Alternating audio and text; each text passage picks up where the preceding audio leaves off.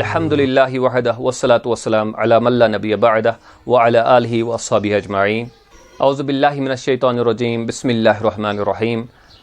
Assalamu alaikum wa rahmatullahi wa barakatuhu.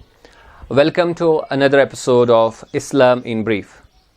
Today we'll talk about a beautiful hadith of the Prophet, peace be upon him, which is narrated, which is recorded in many books of the ahadith, books of the traditions of the Prophet, peace be upon him.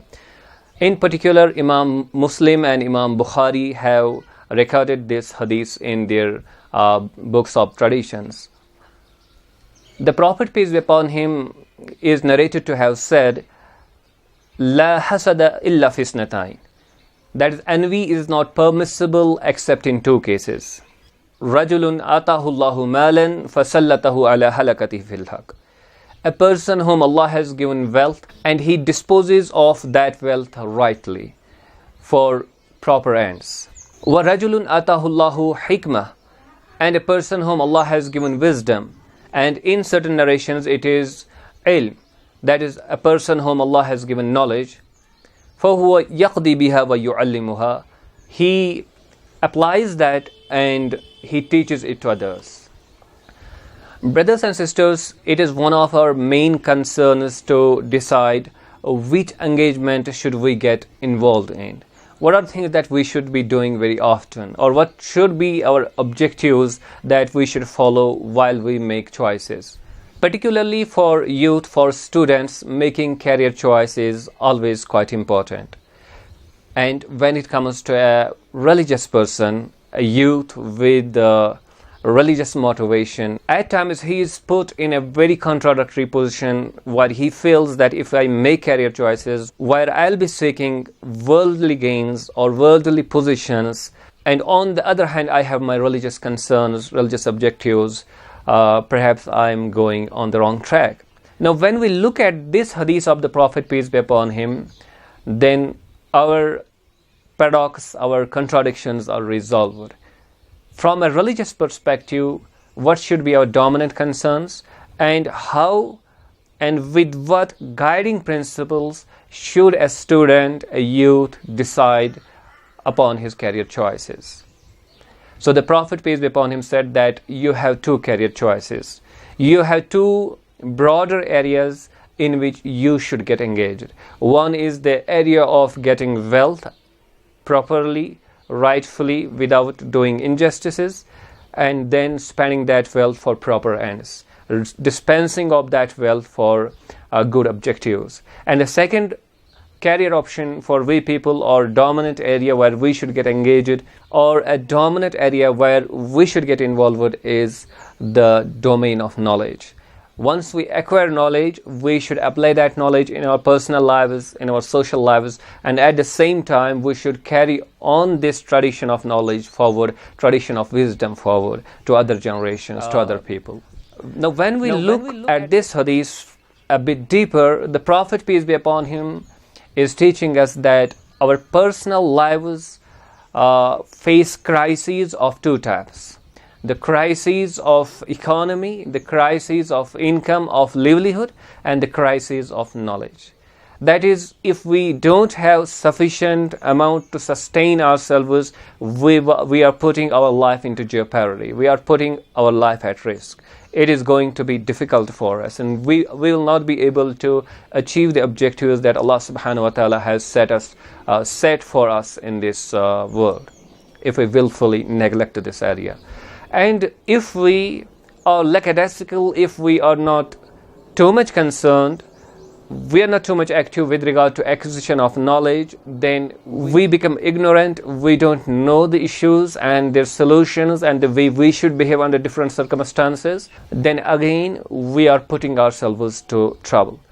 The point here is, once we focus on these two things, then the issues of life are addressed. And the very purpose for which Allah subhanahu wa ta'ala has created us, we are somehow able to fulfill that very purpose. So these are two dominant areas in which we face personal crises, and wherein we should make necessary investments so that we are able to live our life meaningfully. Now this is one area which is concerned with individual life, which is concerned with our personal life, and where we need to be focused on these two things.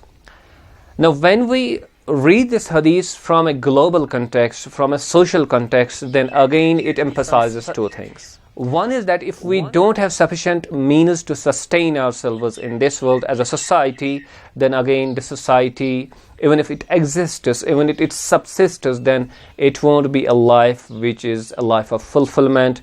We won't be engaged with things which are human, essentially human in nature.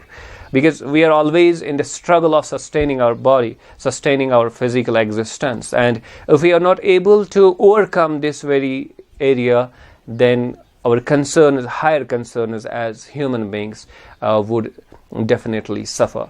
So this is one of the areas which any society should focus upon, that they should have necessary wealth to sustain themselves, fulfill their basic needs, so that they can focus upon higher objectives of life, which we may call as spiritual, ethical, intellectual, so on and so forth. But this is only possible when we have basic needs fulfilled, because if our basic needs are not fulfilled, then it is going to be difficult for us to focus on higher objectives of life. Then the second domain is the domain of knowledge. A society, if it is not knowledgeable, then it is going to make wrong choices. If it makes wrong choices, it is going to land itself in difficulties, in problems. And at times, problems can be very grave, wherefrom it would be difficult for it to emerge.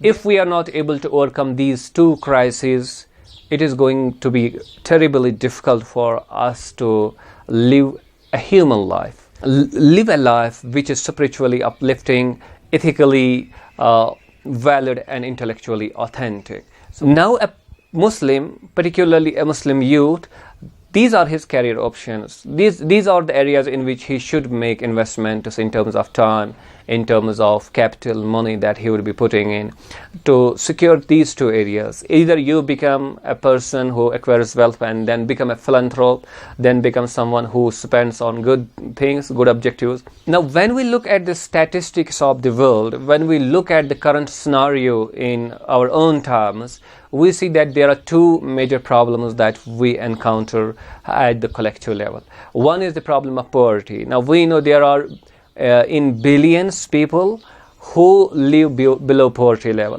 that they are not able to fulfill their basic requirements, basic needs.